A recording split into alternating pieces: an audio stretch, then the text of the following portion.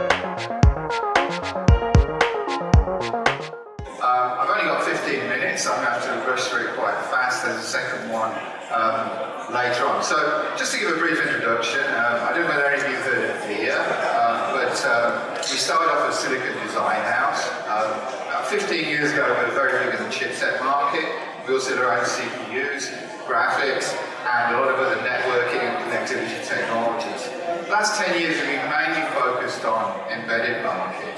And now we simply find ourselves the vehicle safety market. Now, a lot of the technologies that we acquired and developed when we were doing silicon design are actually proving to be very, very valuable now, particularly when we talk about computer vision and we talk about AI. And today I'm going to talk a little bit about the kind of solutions we're developing in that area for vehicle safety. So, there's a lot of sort of hype and noise around so-called autonomy and autonomous vehicles. It seems like every 3 months there's a new prediction as to when we will reach full autonomy. I think the truth is that it's going to take many years. And in fact, what's interesting about it is that to us, the most interesting market, the one with the highest potential, if you're looking at the embedded market, is what we call the vehicle safety market. There are currently 200 million vehicles on the road. And right now, if you look at Europe, for example, a lot of new regulations are coming into force regarding things like driving recorders, a lot like ADAS, Advanced Driving Assistance Systems. And we believe there's a huge opportunity, not just for us, but also many other companies in the embedded industry. So overall, if we look at the market, we put it into 3 key segments. There's always the new build market, which is the biggest, at 90 billion a year. I think the challenge for us, for companies who want to enter that market, is the barriers to entry are very high. I think second, the auto players also got a lot of different challenges they're going to need to deal with. Second market is just what I talked about, is upgrade, which is for vehicle safety, and I'll go into more detail in a few minutes. And then third is this sort of experimentation market. We're starting to see the term of mass mobility as a service coming out more and more. I think that's fun and it's very interesting to see all these new form factors. What I don't see really yet is that there's a business model and there's clear regulations for that to happen. So certainly when I look at the embedded industry, we need to be focused on vehicle safety. So as I just mentioned, if we look at the traditional auto business, we look at it very much as still a traditional big box manufacturing and compute model. And all the major automakers are making big investment, or they're bringing in Intel or Mobileye in order to help them add their features. ADAS is becoming more and more of a standard feature on cars. It's still a premium to a certain extent. If we look at the next 10 years, most cars are going to ship with a lot of ADAS features.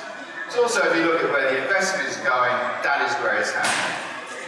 I think if you're in the auto industry, I think Germany in particular, you can see there's a lot of challenges because so many things are happening at the same time. You've got the transition to electric vehicles. You've got technologies moving faster and faster. Last week, someone did a teardown of Tesla and was reckoning they're about 6 years ahead of traditional auto manufacturers. Third is there'll be a change in ownership model. A lot of young people are not buying cars. It's no longer the traditional rite of passage. That opens up a lot of questions about the business model. So, for the embedded industry and other players who want to go in, there are opportunities, but it's a very tough business to get into. Currently, we're doing ISO certification. We're working with a few manufacturers in China, but it's still a long way, and I think it's a huge challenge for everybody to enter that. Second is this MAS market. As I just mentioned, there's a lot of great ideas out there. A lot of them being funded by a lot of VC money. But even if you look at things like door-to-door deliveries, actually they don't make money. And so I think business model is a big issue. Second is form factor, the different kind of vehicles, etc., etc. So it's an interesting market from a PR and marketing point of view. It's a lot of fun. But I think it's risky to make a huge investment in that specific segment. You've got key questions, for example, policies and regulations. I think a lot of cities are going to close regulations. And they're going to make sure that they benefit from these kind of new models. Usage models is tough, and as I mentioned, where is the money going to be made?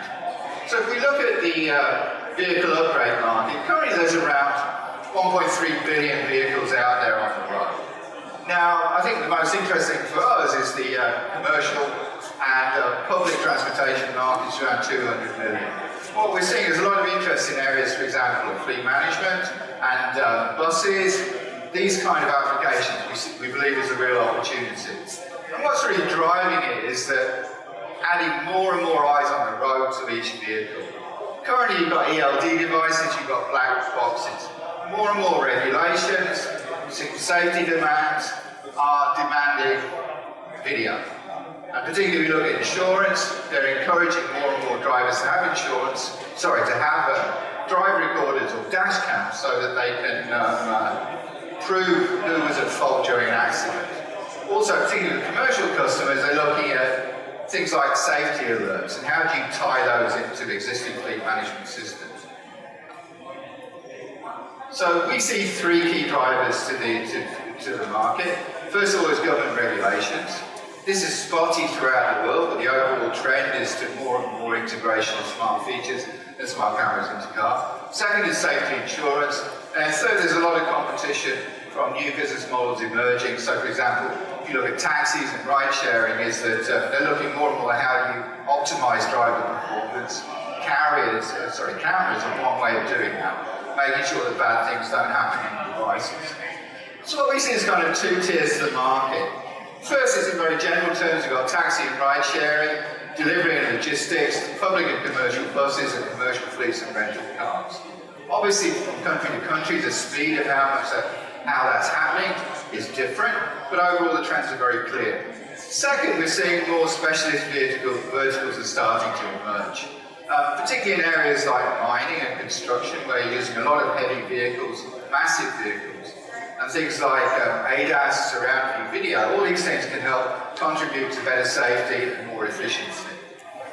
So what we see is very huge potential for Veer and also the companies in the embedded industry. One, the market is very fragmented, just like the embedded market is. There's lots of different vehicle types, there's lots of different use cases that need to be designed for, and lots of different segments.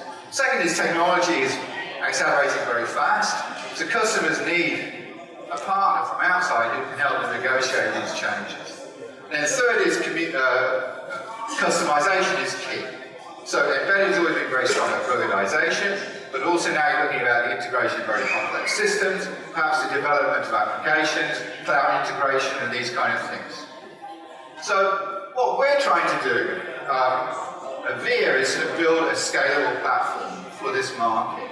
So that starts with systems, then it moves to sensors and sensor integration. Right now, we see the main focus is on camera-based AI, and that's our major area of investment. But we do not necessarily fully agree with Elon Musk, LiDAR makeup, and we're also starting on mmWave and ultrasound radar as well, because cameras can't do anything, can't do everything, certainly not yet.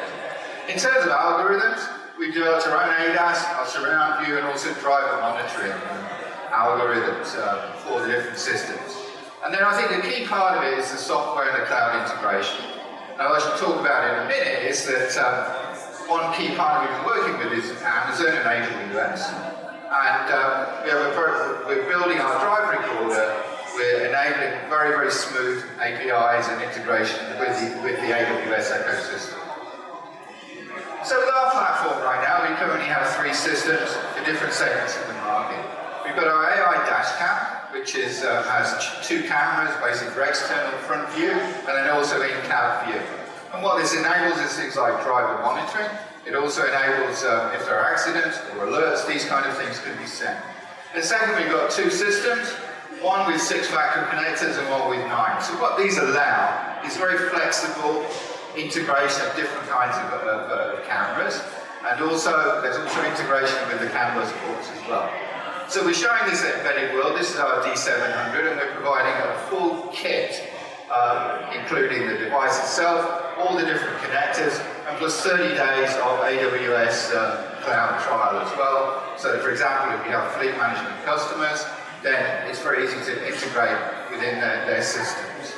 In addition to that, we support KPS, so video is a key challenge on the cloud, and this provides a very, very effective system for that. And this is an example of the back-end software they're developing and through the smartphone. So that will hopefully be available by the end of March at the very latest, depending on what happens in China. Here is a summary of the key algorithms that we've developed for ADAS and surround view, including parking assist, DMOD, driver monitoring system, etc. And what this chart does is with the M810, this has 6 factory connectors. And this shows the different combinations that can be integrated into a customer vehicle depending on what their requirements are. So we're trying to add a very high degree of flexibility. The same with the A20, there's even more because it's got the 9 factory connectors. You can see all the different combinations that are available. So we're trying to make it as easy as possible, as convenient as possible for a customer to integrate those. Calibration of cameras, I think, is a key issue. A year ago, we would have to send field engineers out to help a customer do a calibration to put all the cameras around the vehicle. Now we've developed a very, very convenient tool which enables the customer to do it himself or herself. In addition to that, we're also offering multiple different types of views within our app. So again, when the vehicle's on the road, you can see all the different features. I think the next step for us is moving more into the deeper vehicles. So very soon we'll be rolling out 3 safety kits.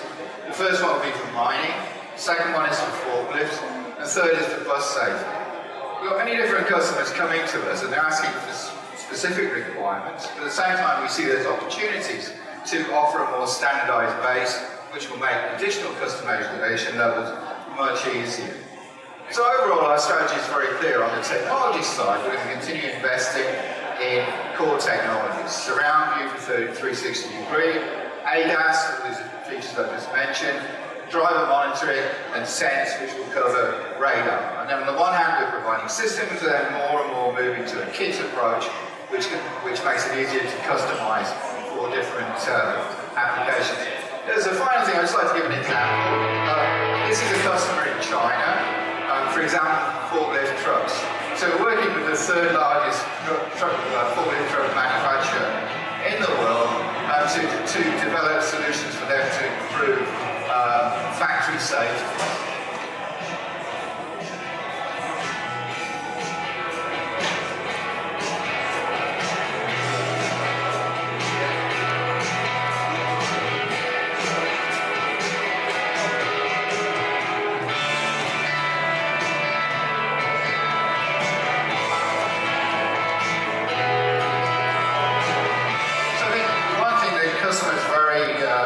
About was driver behaviour. And the first thing is to authenticate the driver when he gets on the truck lift to make sure that it's the right person using it.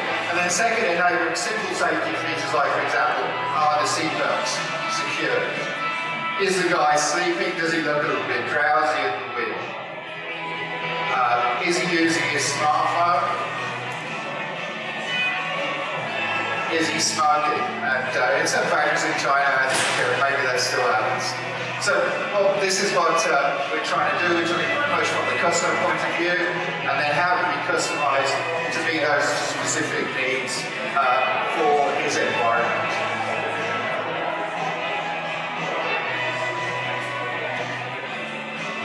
As I mentioned earlier with the combination charts, is that you need to have a broad mix of features to deliver the specific application the customer's asking for. Here, for example, he's looking also at the front and rear collision warnings. And then also tying into the data center as well.